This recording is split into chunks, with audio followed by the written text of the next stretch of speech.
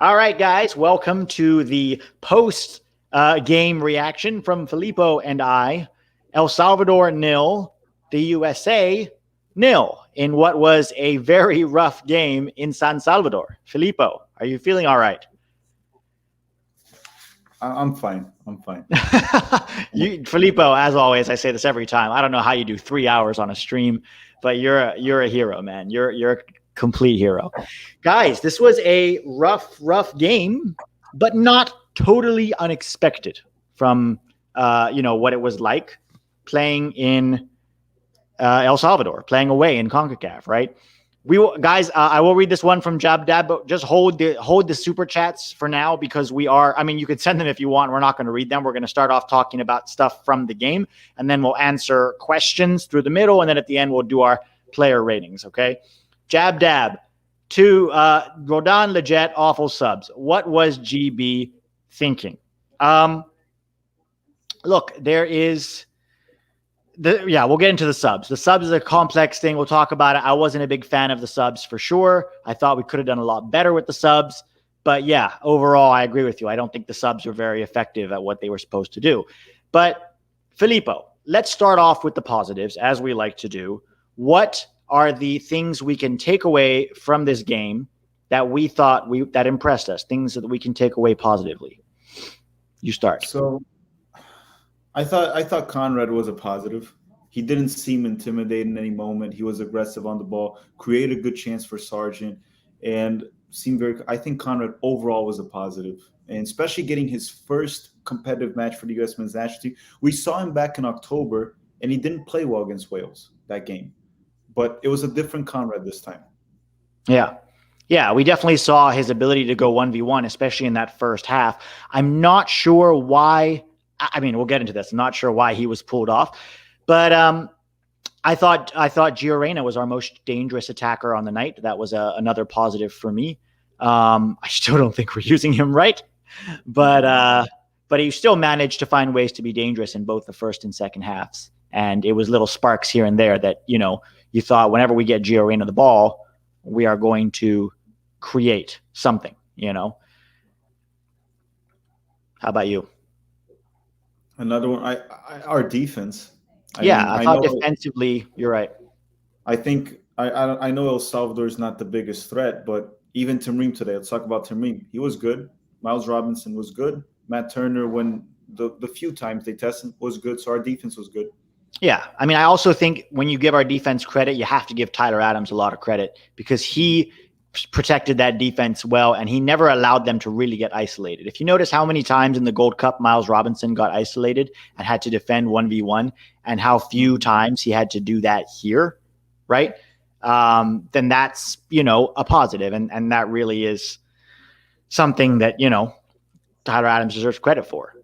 We managed to get squeeze the positives, Pete. We're really trying to squeeze them. We're trying here. We're trying, right? People say, well, not you so much. I'm very negative. We're trying to be positives and squeeze what we thought looked good. Man, we got the point. I mean, getting a point is better than losing. We got a point on the road, but let me just say this. This was a rough game, but you and I said after the Gold Cup that World Cup qualifying, especially away in CONCACAF, was going to be a very different animal. And I think today we saw that, right? It really is a different animal. The pitch is not great for passing, right? The team was very, very physical, very CONCACAF-y. I don't think they were dirty, to be honest, but they definitely made our lives very, very difficult. I don't know. I'm trying to think of any more positives. I don't know if there were any other individual performances that stood out in a good way, apart from Tyler Adams, Geo Reyna. I thought Weston McKennie was good in the first half, not as great in the second half, but still decent, right? I'm trying to think. Are there any other positives that I've missed? No, I'm surprised we even got any. We got a few. Let's dive into the issues that need to be discussed totally, right? I thought, and I said this a little bit on your stream as well, they stepped out there, El Salvador, to make our lives very, very difficult. They wanted a physical, direct game with the ball going back and forth. And they got that, right? We didn't play to our strengths. We played down to what El Salvador was trying to do. And that was very disappointing to me, right? I think if we're going to be a big soccer nation, if we're going to be a team that dominates in the world, we have to be able to dominate CONCACAF teams. And I don't think we were very dominant today. And I think one of the reasons for that is I thought we were very panicky with the ball. Every time we got the ball, let's go forward quickly, in behind, go over the top, almost always. And that frenetic energy did not lend itself well to breaking down their defensiveness. Does that make sense? Mm-hmm. All right, your turn. What are some issues you identified? Again, the key to tactics in the national team level is to keep it simple and play players in similar roles that they play in their clubs, because you don't have enough time with the players that the coaches have in the club level. So again, Greg continues to say, this is my system. This is my system, 4-3-3. This is how I want to play. I'm going to shove the players in this system no matter what they do for their clubs. So again, Geo Reyna doesn't play as a winger in Dortmund right now. He's been practicing and playing as an 8 right now. He didn't play him once. He played Leggett. He played Acosta. He played Brendan Arison. Didn't play Reyna there once. Dest doesn't play as a left back in Barcelona. He played him as a left back, and he has 2 left backs on the bench. Yeah. Perfectly capable left backs, by the way. Perfectly capable left backs. Along with that, Brendan Arison doesn't play as an 8 for Salzburg. He plays as a 10, sometimes wide, and as a false 9. But no, let's put him as an 8 and hope for the best. Again, persisting and forcing a system won't work. Look at Italy. Italy and Spain are 2 great examples. Go to Spain, 2010 Spain, whatever. They played very similar to Barcelona because of the midfield they have. That's how they did. System the players were used to. Italy played the players in the exact same roles as they play for their clubs, and they were beautiful to watch in the Euros. Not the most talented team, but beautiful to watch. But that was one. So, what would you have preferred to see? Gio Reyna in the middle, maybe Aronson on the right, and Serginho Dest on the right, for example? That would be a start, right? Playing him, maybe put Anthony Robinson, because if you have Conrad pinching in, you don't want Dest coming in as well. You can have Robinson making the run, and that didn't happen. And that's the same problem when we have Pulisic on the field. It's 2 right-footed players cutting inside, right? And, exactly like you said, no width on that right side. I was really disappointed with the subs. One, sort of complaint about Greg that has been there for a while was that he doesn't change it around when it's not working enough. Towards the end in the Gold Cup, we did see some better. So he did a little better with that.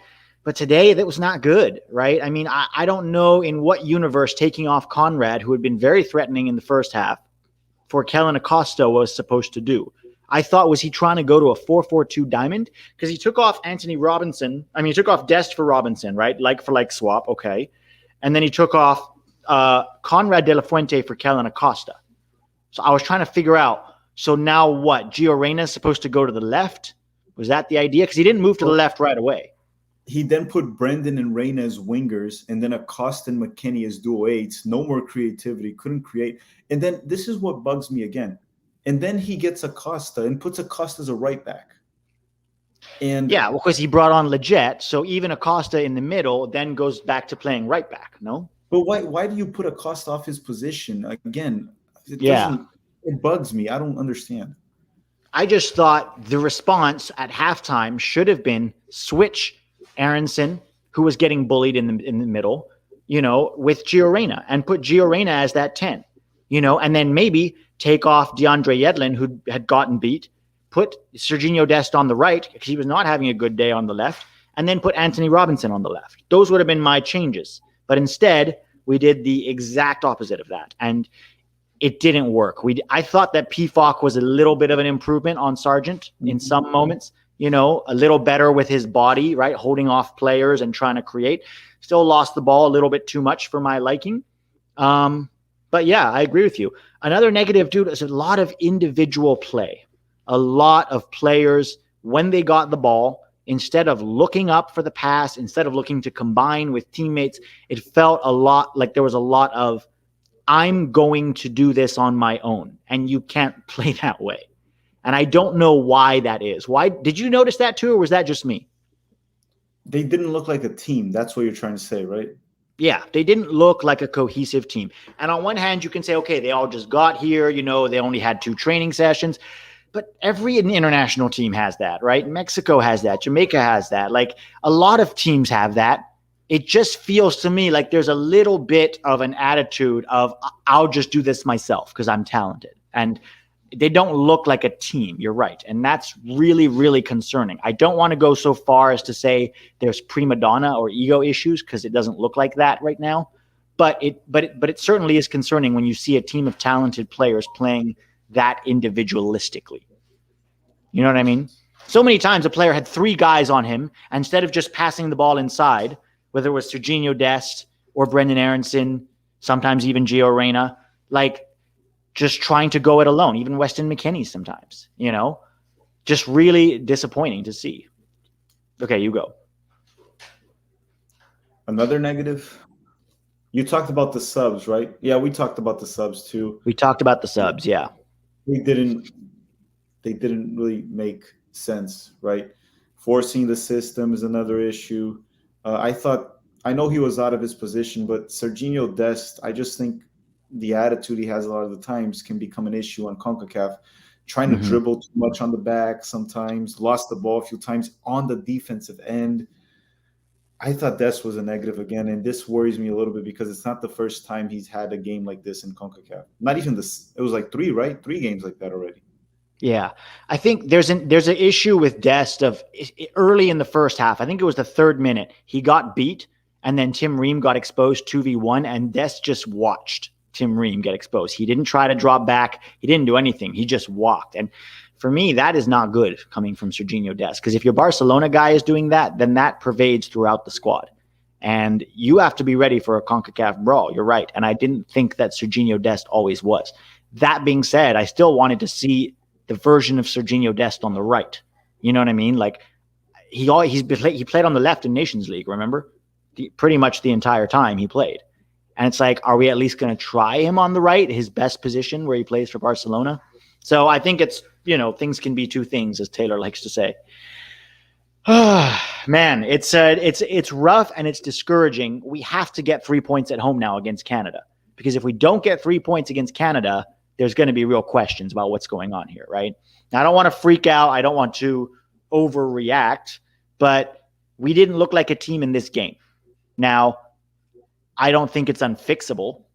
I don't think it is. I think we have to go back to the basics. I think we have to go back to the simple, exactly what you said, putting players in the right positions, encouraging them to stay a little calm. Sometimes I think that the individual nature is more a result of just the frenetic energy of okay, go. I'll just go myself. I don't have time to Do you know why that happens usually in soccer?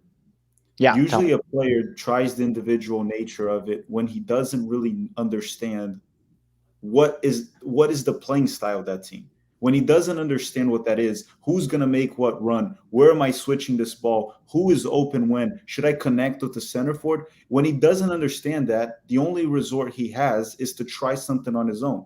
And that is on the coach. The players don't understand their role in this team.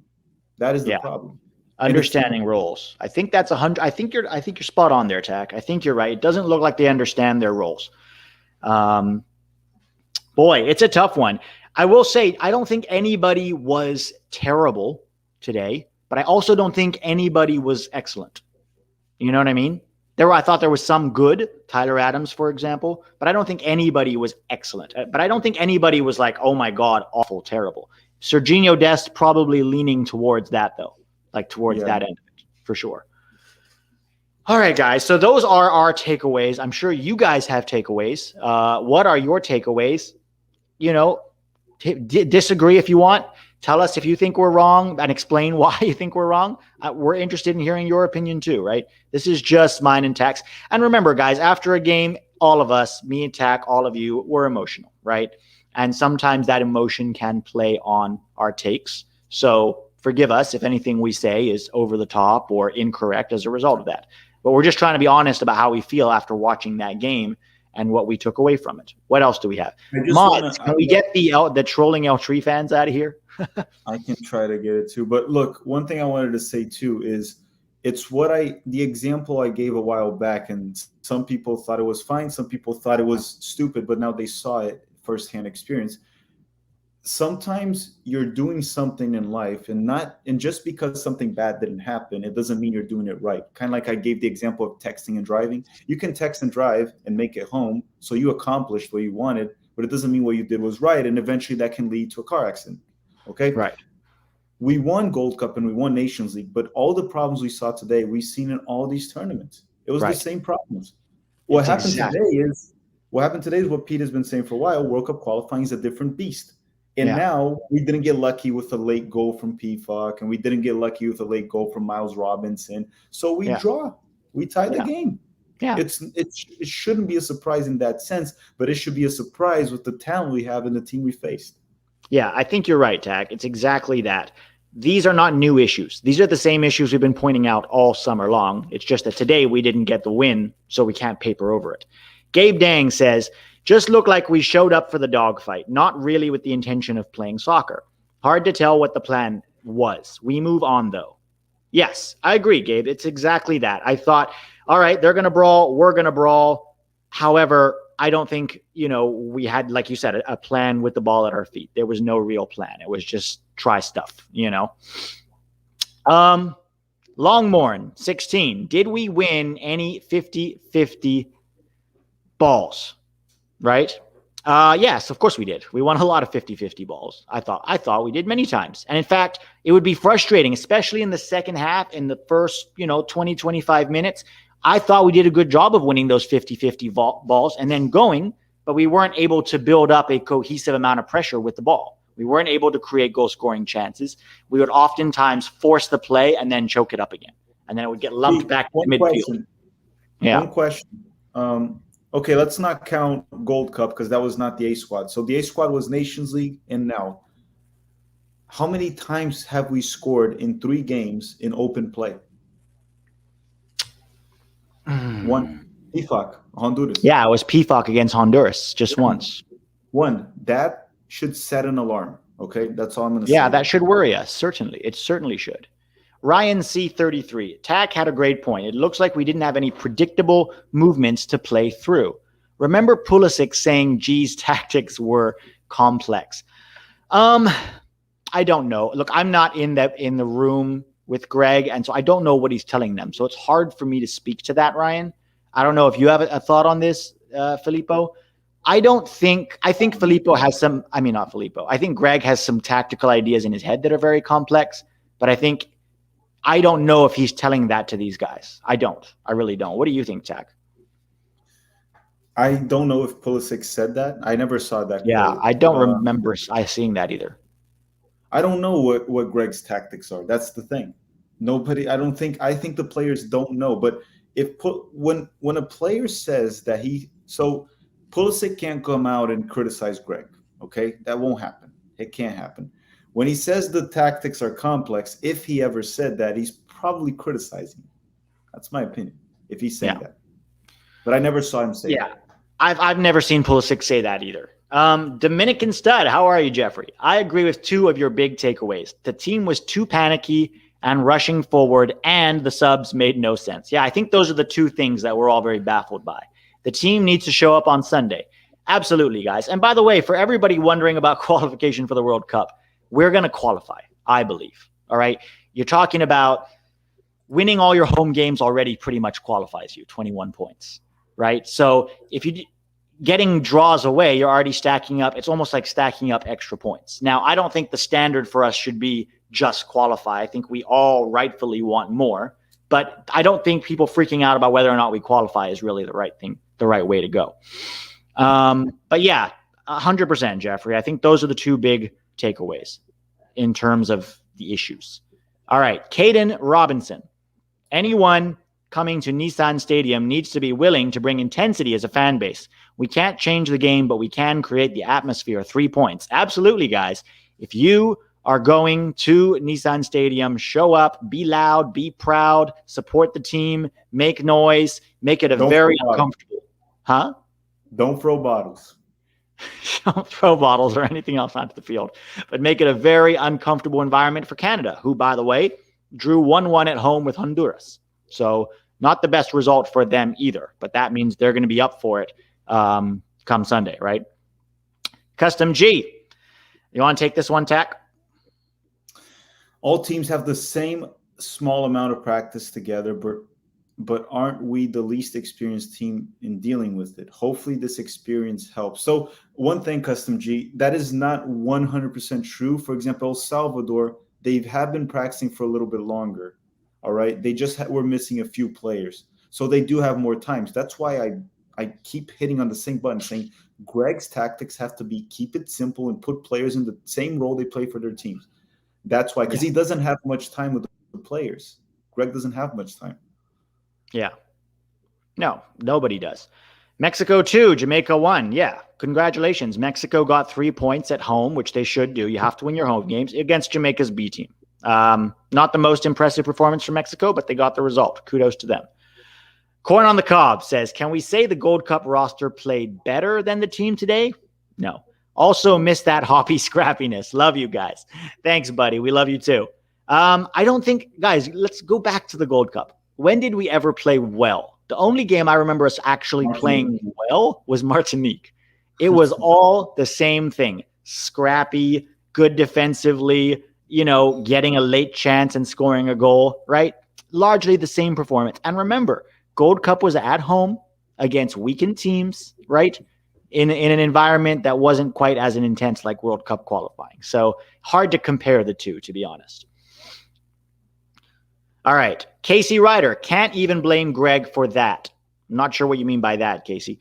You could hear him on the sideline yelling at the players to get up. Wish this team had the mentality of the 0-2 team. I mean, yeah, I remember in the first half, I could tell he wasn't happy. I think it was about the 15th minute. Greg was pushing them to press high up the field. But the rest of the game, we did that. I don't think our work without the ball was the problem, guys. I think our work without the ball was fine. I thought it was when we had the ball, we almost always looked clueless and like a deer in headlights in possession, right? That's what we all saw. I'm not going to default the defensive side of the game, and I'm not going to fault the pressing or the work rate, because I don't think that was our problem today. Did you think that was a problem? No, I don't think that's the reason we didn't score. But my question is, if Greg had told them from the beginning, we're going to be very aggressive and press very high, why is he having to say it 15 minutes into the game? At some point, there seems to be a communication disconnect there, right? All right, Custom G. I got this one already. Yeah. Caden, I got. Let me see. Steven Nagishi. Sorry, guys. I hate this system so much. Yeah, Steven, and then Chad is after. All right. Let's just block. US is finished. All right. How do I keep missing these? You want me to read Chad? Yeah, read Chad's for sure. So I have Chad's here. You got Chad? Yeah. I can't put it up, but I can only see it in the top. He says, this is not on Triple G. It came down to moments. ES played aggressively and no player could make them pay for it. Simple. They gave us chances to make space and we choked in the individual moment. Can't game plan out of that. A little hard to make a blanket statement like it's not on Triple G. Certainly not everything is on Triple G, and there were moments where we should have done better. But if you look at our overall performance, Chad, it didn't look like we knew what we were supposed to be doing when we had the ball. And that is on Triple G. If the whole team looks clueless with the ball, then that's on the coach, right?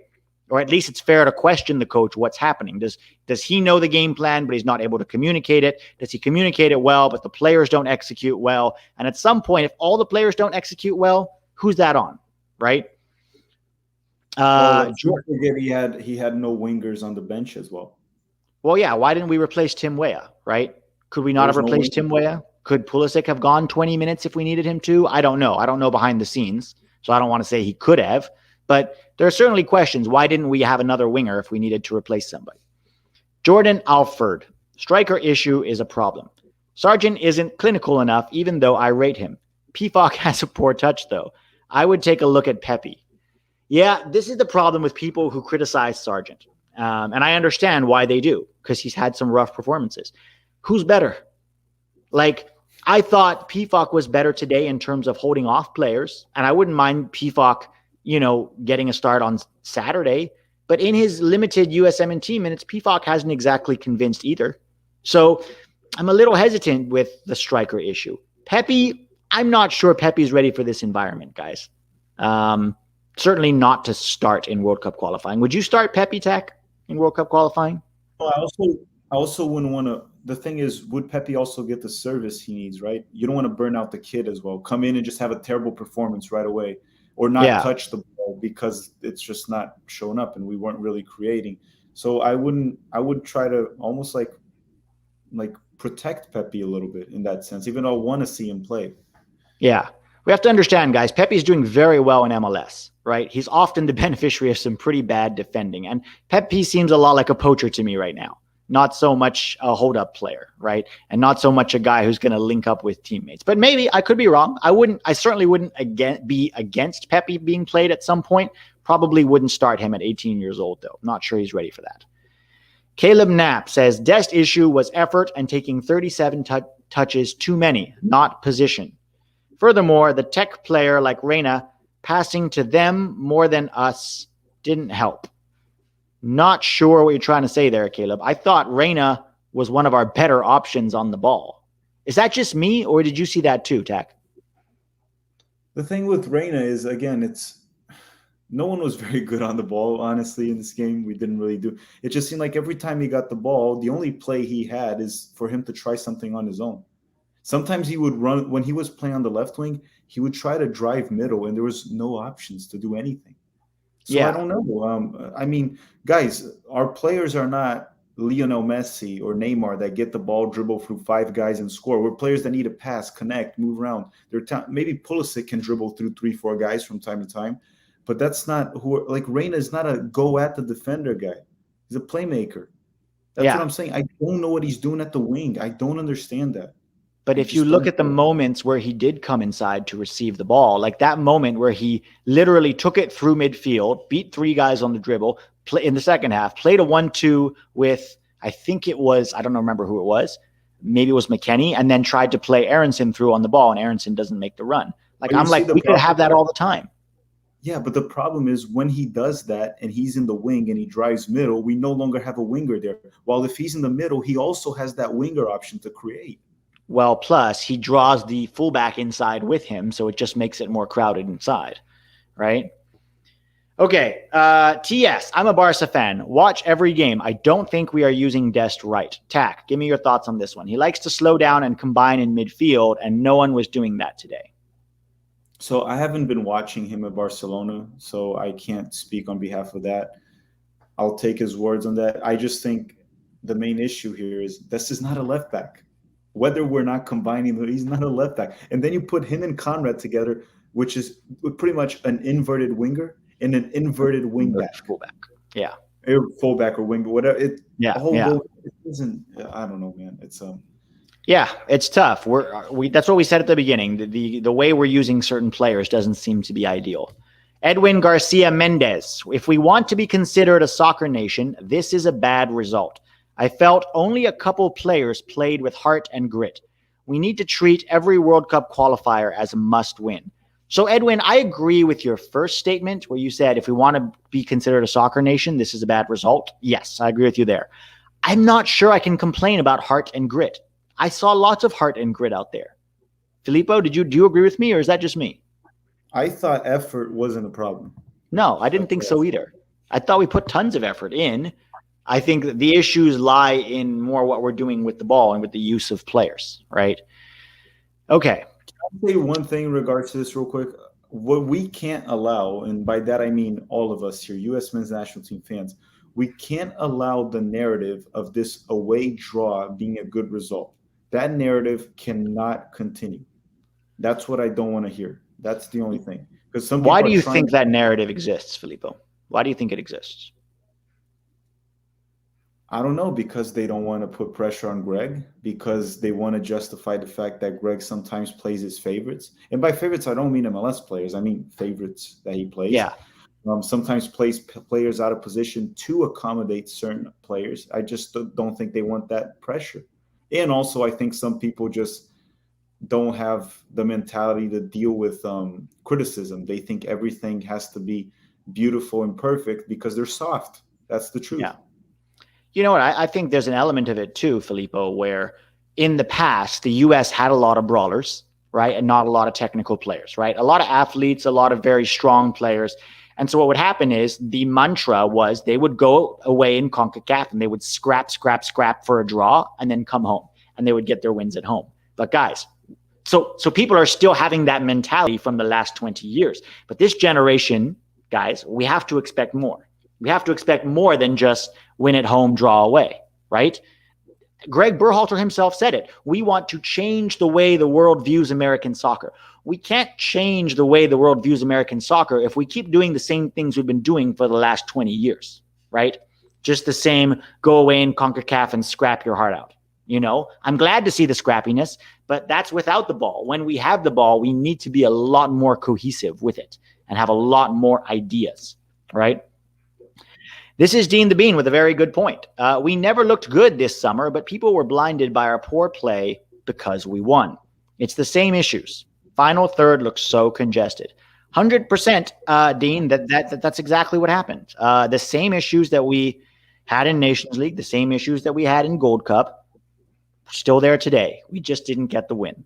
And my question is that going to change? Are we going to be able to fix those issues? And soon, because we have 2 more really tough games coming up. Thank you for the super chat, everybody. By the way, guys, if you haven't, go ahead and smash that like button already. I always forget to ask people to do that. All right. Let's see. Any other talking points here? Is there anything else you want to talk about, Tack?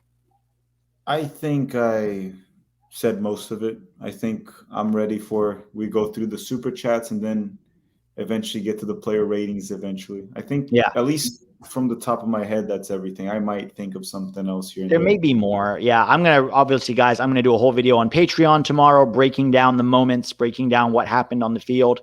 But yeah, sometimes we have to watch it a second time to pick up on the smaller details or on more things. Al Hollywood says, not Triple G's fault. Our supposed studs failed to show for 80 minutes. We need to grow up. So again, anybody saying it's all Triple G's fault or none of it is Triple G's fault, both of those are wrong, in my opinion, right? Mm-hmm. Triple G's job as a coach is to instill a clear, cohesive style of play, right? And that's been 3 years now. We still haven't really seen that. So yeah, studs showing up is one thing, and certainly a lot of them could have done better, especially in terms of managing the atmosphere and managing the moment. However, to say this is not on Triple G at all, I disagree with. I think a fair bit of it is on him for his usage of players and for his lack of a clear attacking plan that has been fairly evident on the field for quite a while now, right?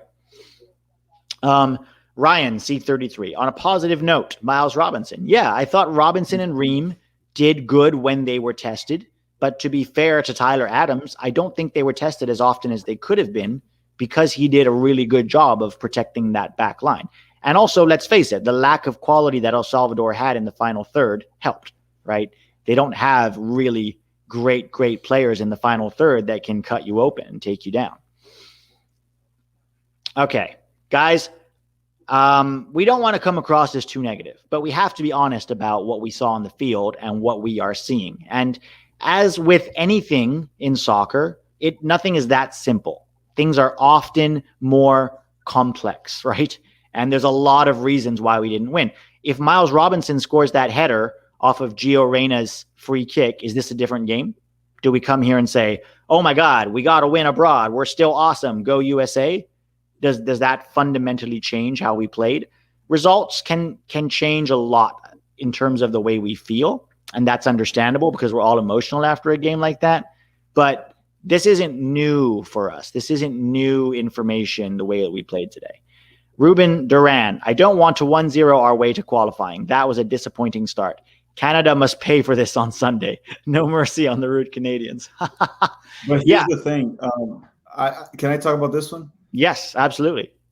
We're not going to 1-0 our way. Here's the thing. in Gold Cup, I said we were gonna 1-0 away because teams don't have the same focus, the same preparation as a World Cup qualifying match.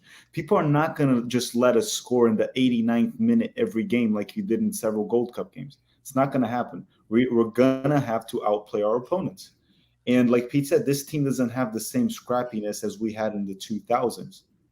So we're not going to really grind it out. We need to find a way to actually use the talent, the technical ability this team has. And that part is on Greg.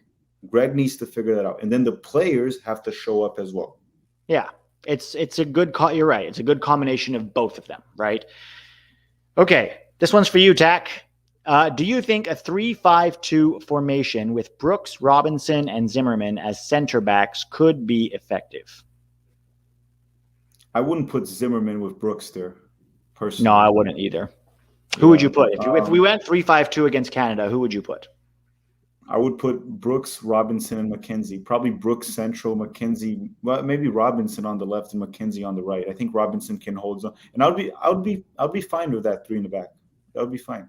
Yeah, I think. Do you think we'll see 3 in the back against Canada?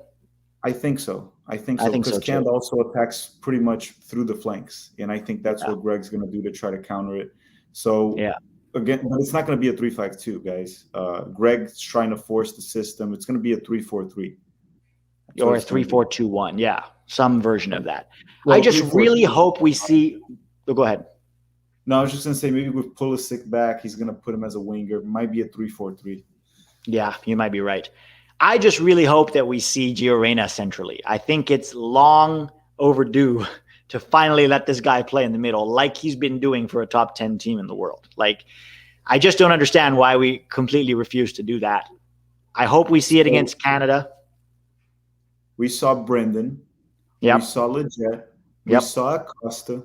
And we didn't see Gio there for 1 second today. No. And still from the wing, he managed to create a lot more than any of those guys put together. So he didn't have the perfect game, Gio, but I thought overall, considering, he was pretty good. He looked like our most dangerous attacker, especially in the second half. We've got that from Ruben. All right, guys. Let's see. Gio Lopez. Greg is awful. He puts in players praying that we win.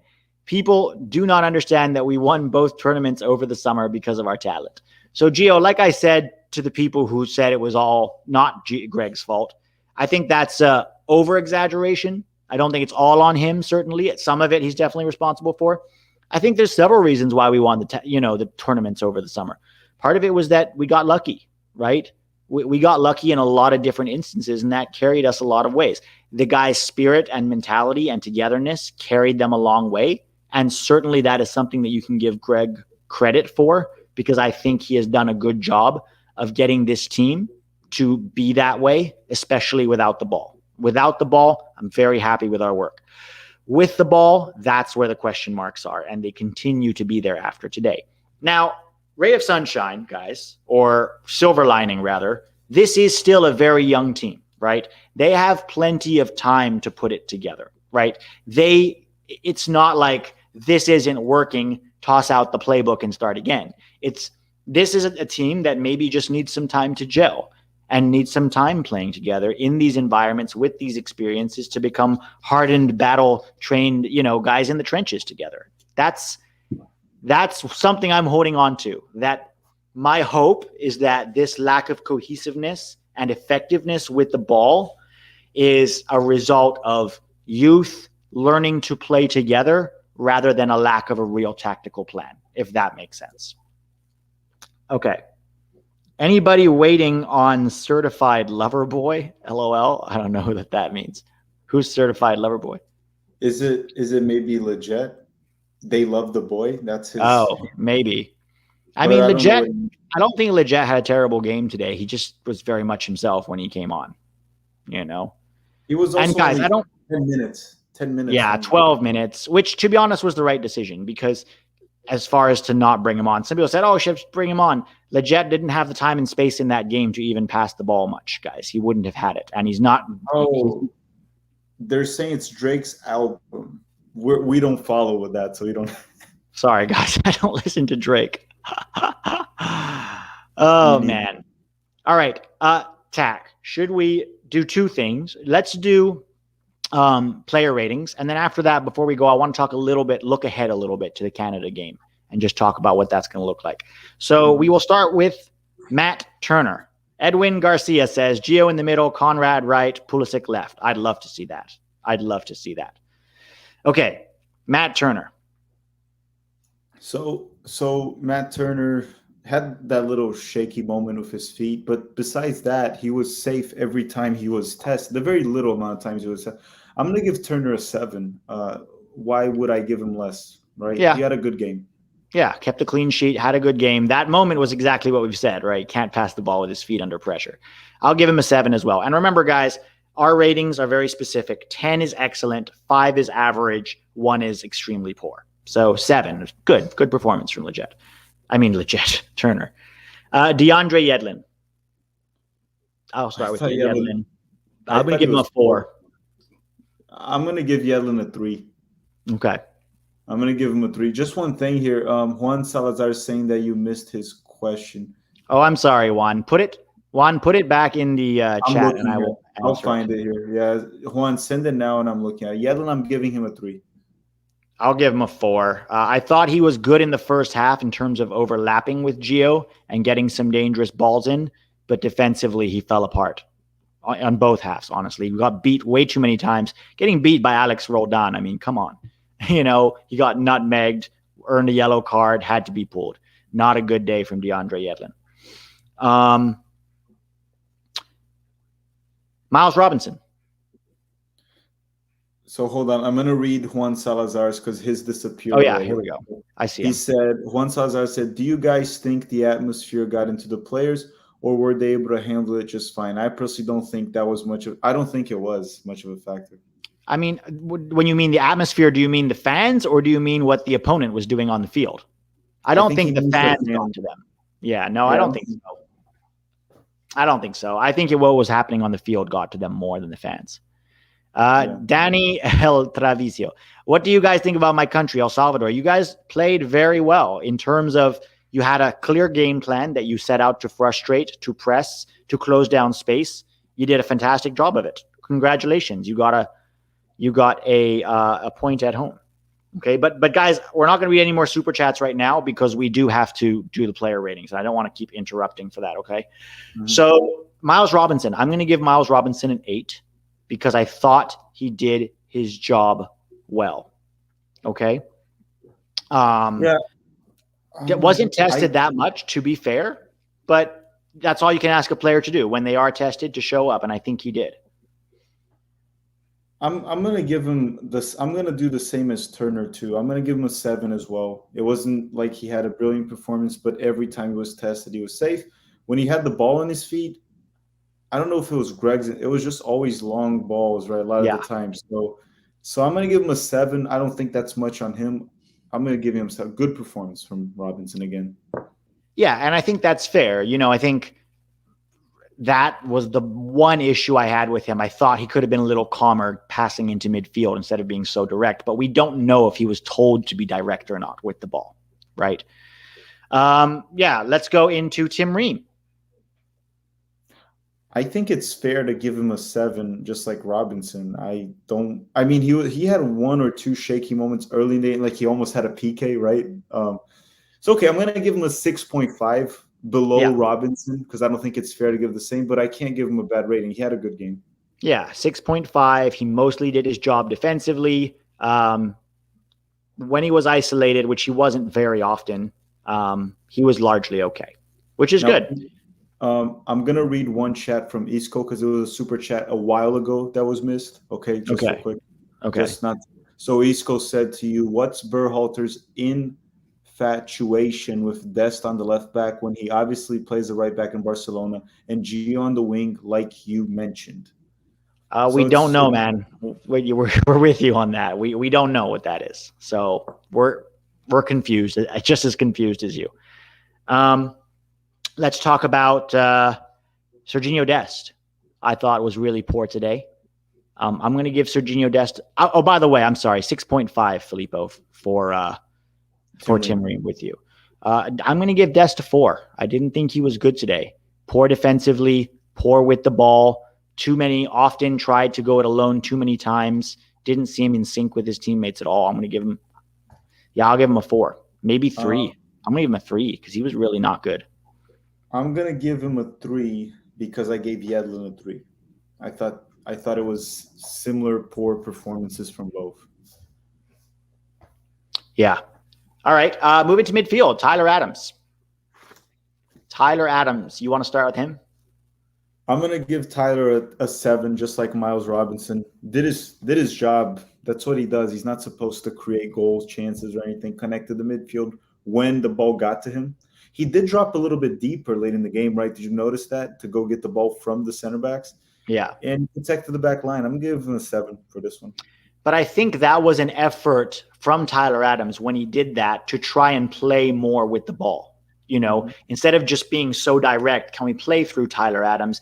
And then can we have Adams, connect passes in midfield and try to build up a little bit of, rhythm and momentum with the ball. So I'm going to give Tyler Adams an 8 because I thought he was one of the better players on the day.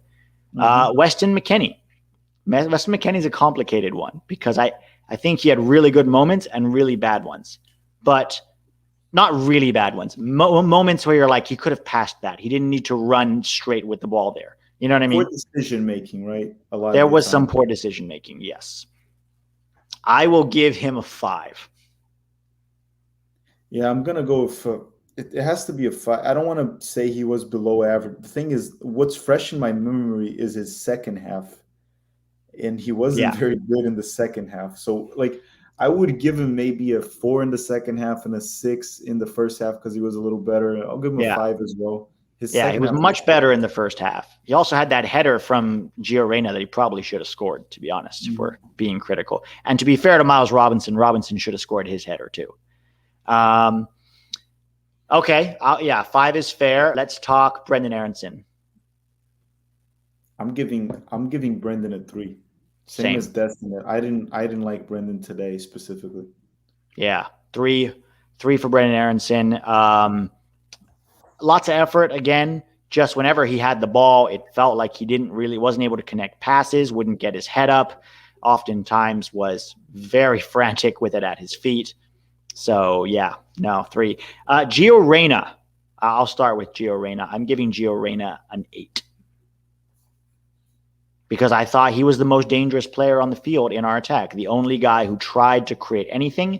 And when I combine that with the fact that he's playing largely in a position that is not his best, I think he did well. He was not perfect. I'm aware he gave the ball away sometimes. I still am going to give him an 8. I'm refusing to give 8s today. I've noticed. I'm going to give Reyna a 7 too, same as Miles Robinson. Okay. He wasn't bad. I can't blame him. And again, Reyna's the type of player that he can create chances on his own, but he creates chances for other players. So if the other players are not making the right runs or moving, it's kind of hard to do. Yeah. I mean, he had 3 crosses that ended up on somebody's head. 3 good chances that he created for other people to score. Miles McKennie, and there was another one. Miles McKennie. He had 1 for McKennie. He had 1 for Miles, and then he had 1 for Josh in the beginning of the first half, also from across. Again, we have to put Geo Reyna in the middle, guys. Until we give Geo Reyna an extended run in this as the 10 or as a dual 8, I don't think we will see the best from this team, in my opinion. Okay. Let's talk about Conrad first. Conrad de la Fuente. Subbed out at the 62nd minute, I believe it was. So this one's tricky because I saw some people saying that he was very poor, and Greg did sub him off. But I thought he was one of the most dangerous players on one-on-one situation. Every time he got the ball, he was a threat. He had a very nice run early in the second half to create a chance for Sargent that I thought Sargent took an extra touch at the time. I need to see the replay. Yeah. I don't know. I'm gonna give Conrad a 6. I thought he had an above average game, especially the first competitive game for the USMNT. But I saw some comments saying he was terrible. I didn't see that. I don't think he was terrible. No, I definitely don't think he was terrible. I think he was a victim of the system, both him and Dest coming inside and then their fullback and winger following them inside and making very hard to create, But even so, he managed to beat his man on several occasions. A couple of times I thought maybe he overdid it a little bit with the dribbling. But I don't think he was as bad as some people are saying. I'm going to give him a 7.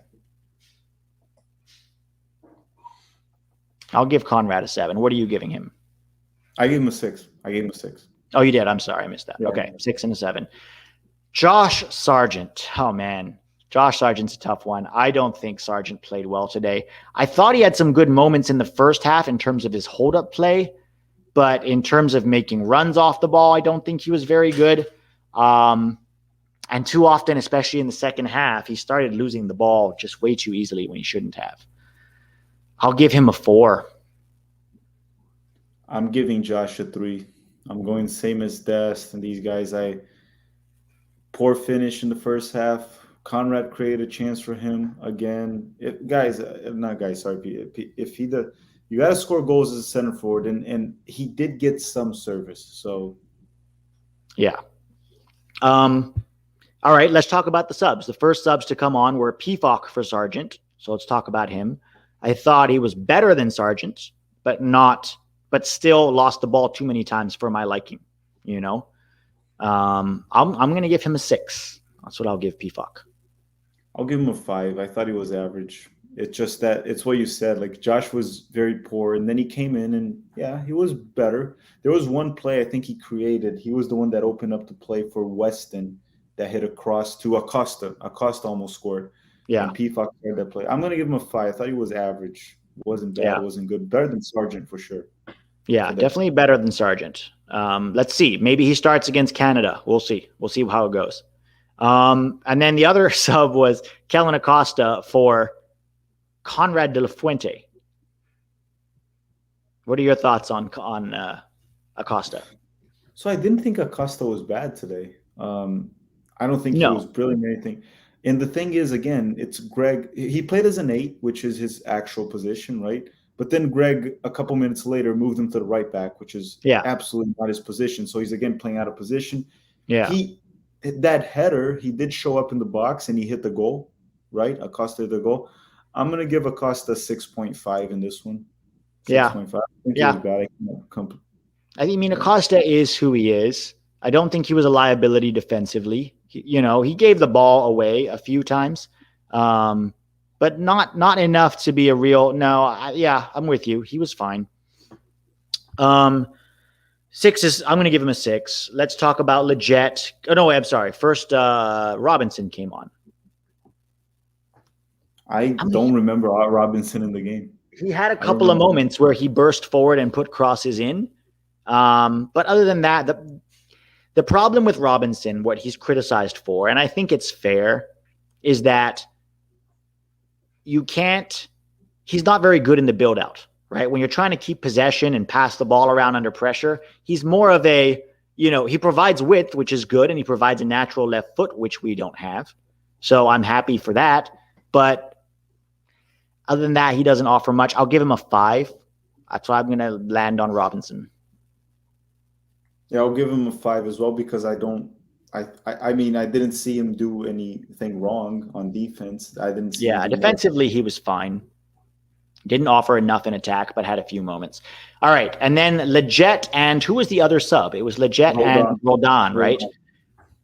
I mean, it's hard. I don't think either of them was terrible, right? Like, they are who they are. They came on. They didn't really change the game in any meaningful way. Leggett did have that one sort of toe-poked cross in the air that landed onto, I think it was Pifok's head that he maybe should have scored from. So I'll give Leggett a 6, but no more than that. They played like 10 minutes. It's hard when you play 12 minutes. Yeah, it's hard. I'll give him a 6. They didn't do anything wrong or anything good. I think, okay, I'll say, I'm not going to give them ratings. I'll say Leggett was better than Roldan.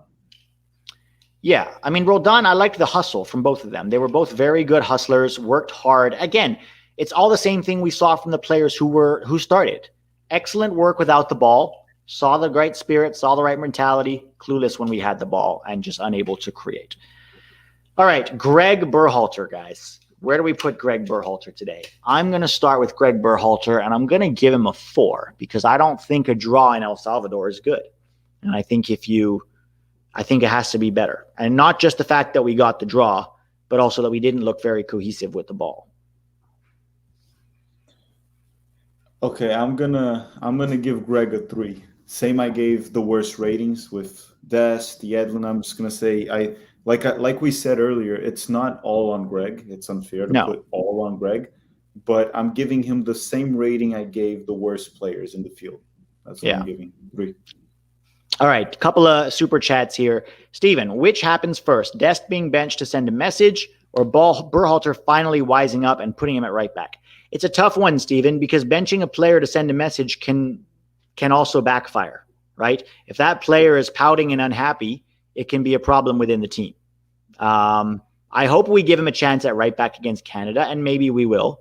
And then if he still doesn't do his job defensively and he still is not able to create, then I can understand benching him. But I also think somebody made an earlier good point that we're not using Dest right. We're not understanding how he plays and how to use him to his best strengths, you know. Dave Valensky, too busy watching the Gopher and Ohio State game. Remember, I am from Minnesota. Unfortunately, I didn't watch the game until the end. We didn't miss much. It was a scrappy, tough, awkward performance. Honestly, it was. Let's talk a little bit about Canada, Filippo, before we wrap this up. Canada gets a 1-1 draw with Honduras. We're at home. Guys, we have to win this game. Anything less than 3 points against Canada at home is unacceptable. Do you agree with me on that first? Now, yeah, more than ever. Now that more than ever. More than ever. Right? So, in pursuit of this 3 points on Sunday, how do you think we should line up versus how do you think we will line up? So let's start with how we should. How we should, play against Canada. So how we should, I need to think about it a little bit. I think we should go with 3 in the back. I personally would be a fan of going maybe on a 3-5-2. Reyna being the attacking midfielder, having Pulisic, really give Pulisic the freedom to roam as a second striker. Yeah. And then honestly, maybe I would go with Pifak instead of Sargent along with Pulisic.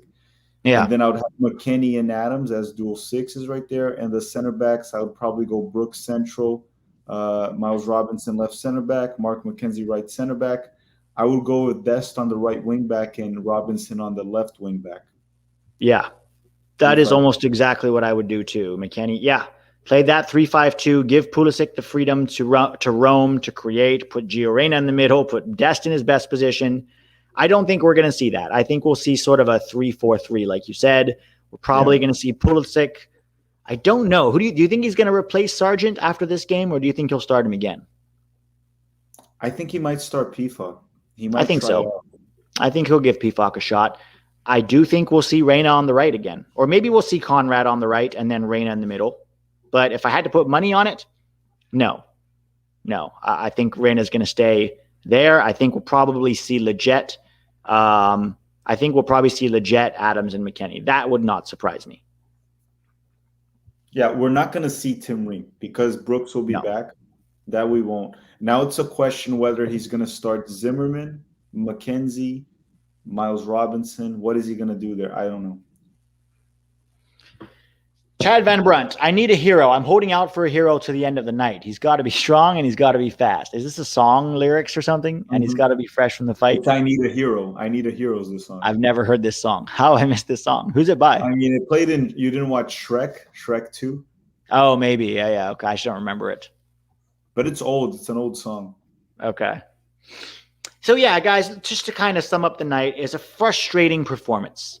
Frustrating result and frustrating performance. Yes, to some people's point, we could have had moments where we scored, certainly, and that would have papered over a lot of things. But we have to stop allowing, wins to paper over performance levels, which have been pretty consistent over the summer up until now. That being said, it's not the end of, in terms of qualifying, it's not the end of the world. We did get the draw. We have to win these next 2 games. Anything less, I said this before, less than 7 points in this window is not okay.